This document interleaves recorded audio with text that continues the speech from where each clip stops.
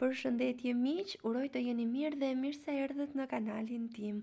Po dëgjohemi përsëri me recetën e radhës.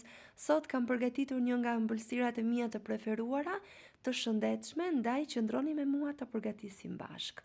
Në një tavë do të shtojmë një banane, do ta shtypim kështu me piru. Banane që unë kam zgjedhur nuk është se ishte shumë e butë, sa më i pjekur të jetë, aq më mirë është. Pasi të marr formën e pures, ja kështu si shihni në video, do vazhdojmë duke shtuar një vezë 250 gram kos. Kosi është e mirë që të jetë kos i trashë, si ky që po shihni në video.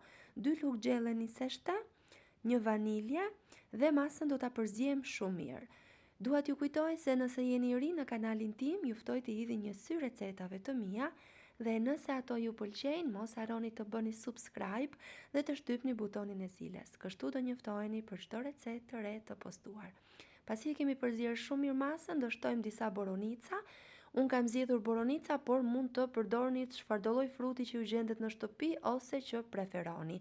Vendosim disa edhe në sipërfaqe dhe pjekim në 200 gradë për 30 minuta në furrë të parangrohur, pjekja gjithmonë në varësi të sobës që keni. Ky është rezultati pas pjekjes dhe e shoqëroj me mjaltë të mirë dhe fruta të thata sipas dëshirës.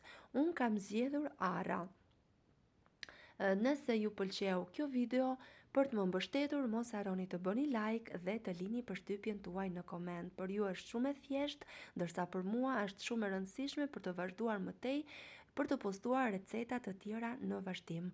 Dhe nëse keni dëshirë, mund të më shkruani se nga cili vend i Shqipërisë apo i botës më ndiqni.